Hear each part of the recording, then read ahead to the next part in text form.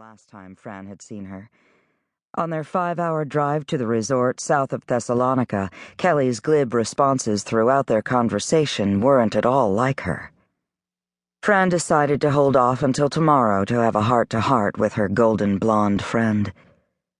Right now, she wanted Kelly to concentrate while she drove the fabulous slate-blue luxury sedan, too fast for Fran's liking. As they whizzed along, Fran's eyes darted to the stormy sky. "Have you noticed how black those clouds ahead are?" "Yes, it's almost spooky and so windy it's buffeting the car. It's very strange. This place is legendary for its sunshine. Wouldn't you know it would choose today to cloud up for your arrival? Maybe it's a bad omen and your hubby came back to Athens early only to find you missing." "Don't be absurd," Kelly answered with uncharacteristic sharpness. "He's got his secretary with him. Maybe they're really somewhere in the Dodecanese Islands, a favorite place of his when he wants to relax." With Mrs. Kostas, she was in her late 40s. Her friend's emotional outburst took Fran by surprise. "I was just having some fun with you." She'd never seen Kelly explode this way before. "I'd rather talk about you. Has Rob called yet, wanting you two to get back together?" "No.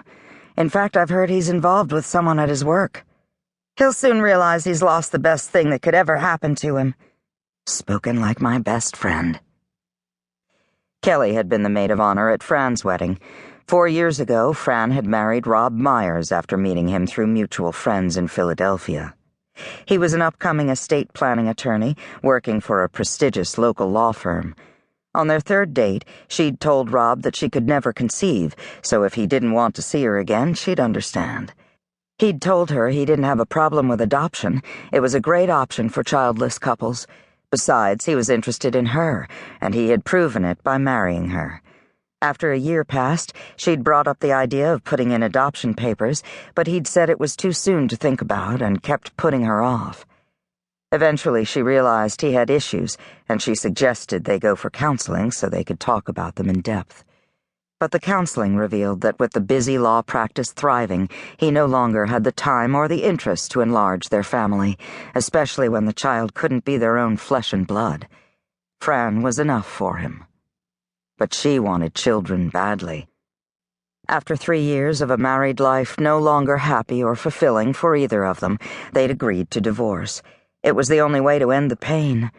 Since then, Fran had decided marriage wasn't for her. Kelly scoffed at such nonsense and told her she would find the right husband for her no matter what. "Kelly, I don't know about you, but I'm thirsty. Let's stop at the village I can see up ahead and get ourselves a drink at one of those cute hotel bars." "It's only 12 more miles to the Persephone," her friend responded in a clipped tone. "We'll order room service and have dinner in our suite where we can relax. But, of course, if you can't wait—" "I hope you don't mind." Kelly's hands tightened on the steering wheel, further proof her friend was barely holding herself in check. "Of course not." There was no softening of her tone or a reassuring smile. Right now, Fran was more concerned with Kelly, who'd been driving over the speed limit. She never used to drive this fast. After they stopped for a soda, maybe Fran could prevail on her friend to let her drive the rest of the way. She'd used the pretext that she'd never been behind the wheel of a Mercedes before. Fran wanted both of them to arrive at the resort in one piece. With this wind, the driving could be dangerous. To her alarm, the idea came into her head that Kelly wasn't even seeing the road. Intuition told her the once flourishing Petrolia marriage was having problems. Not Kelly, too. By the time they reached the village proper, the wind was so powerful there was actual debris in the air. "Stop in front of that hotel on the corner, Kelly. It's starting to hail. Let's make a run for it." The small ice balls pounded down, emptying the street of people rushing to take cover. All the shops and cafes had taken their display items and tables inside. When Fran entered the hotel bar with Kelly, tourists and staff alike were huddled in groups, talking and gesticulating while they brushed themselves off. "Kelly, you understand Greek. What are they saying?" "I don't know, but I'll find out." Fran followed her friend over to the counter where Kelly got a waiter's attention. He rattled off an answer to her question.